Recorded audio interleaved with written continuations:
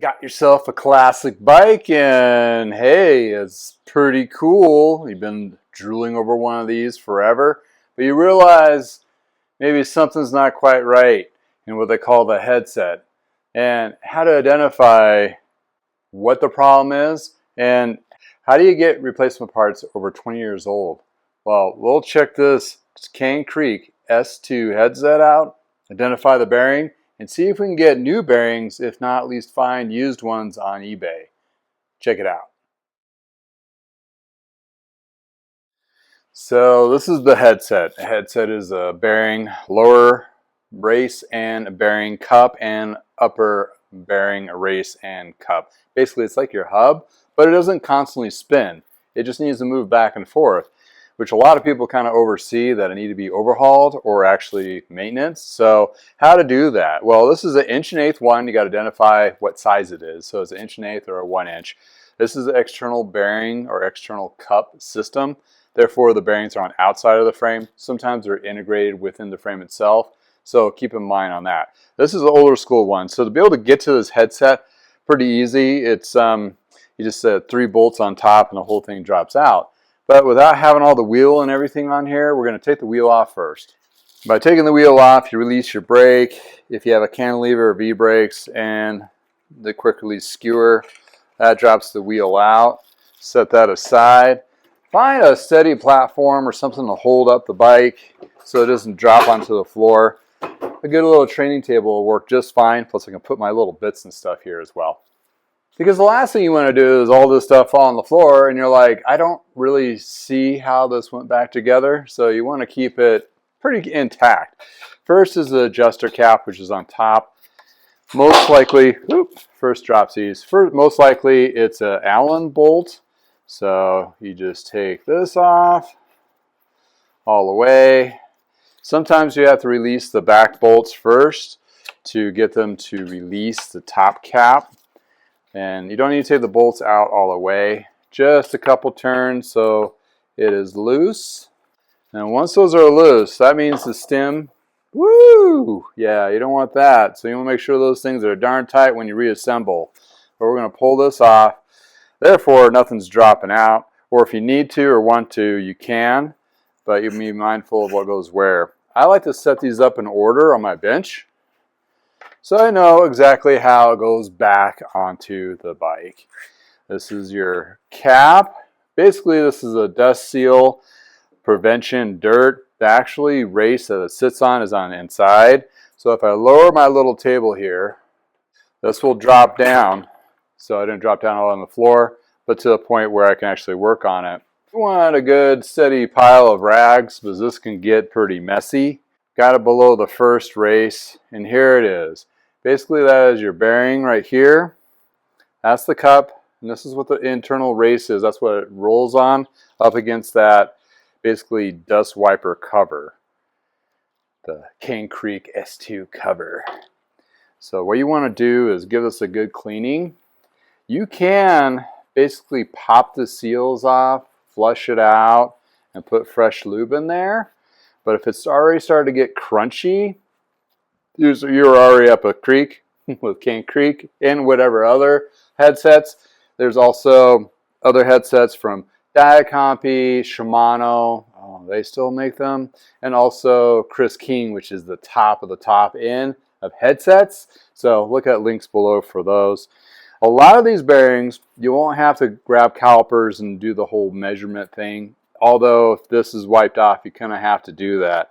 This is tapered on the inside or on the top round where it fits the actual cup itself here. And it's also tapered on the inside where that cone style fits on inside with a slot. The slot actually, keep your mind out of the gutter, keeps everything together to some point, kind of tightens it up.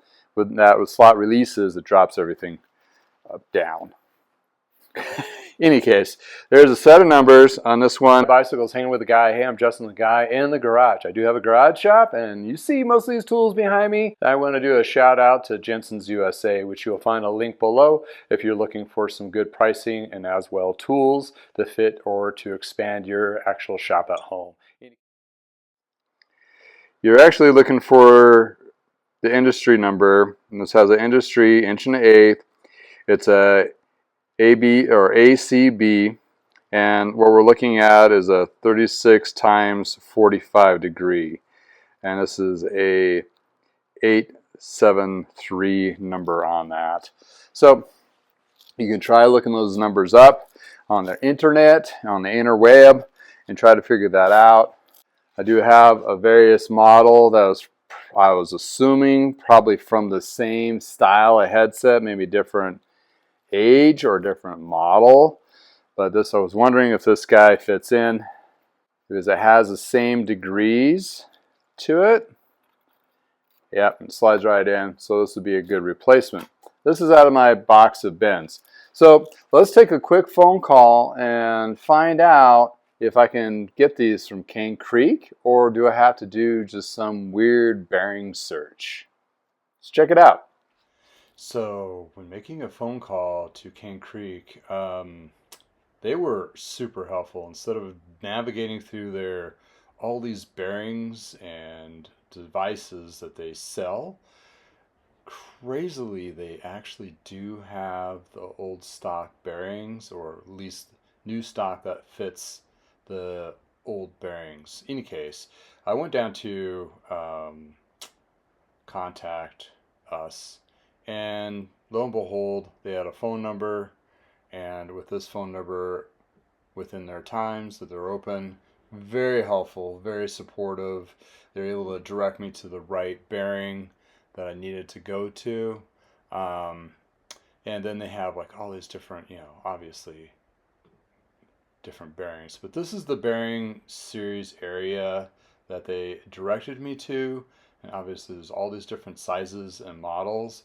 So with the older one, with the 10 to 15 years, I would call them directly. They'll ask for a measurement between the size of the bearing, what if it's tapered, and if it's external, internal, that kind of thing, to get the right one. And they will send you a link to the exact bearing that you need to purchase. And they had 3 different qualities of this specific bearing to fit this S2 headset.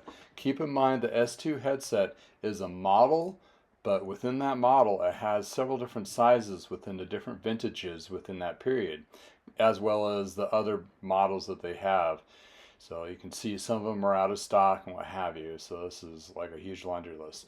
But to get the right bearing right out of the gate, I would definitely give them a call or communicate through email with pictures. And the prices on these are very reasonable. Even their high-end stainless steel one, I mean, a little bit more expensive, but if you want something that's going to go in and never need to be replaced, that's kind of one of those scenarios. You might want to put a little bit more money into it or not. But in any case, that's what we found through Cane Creek.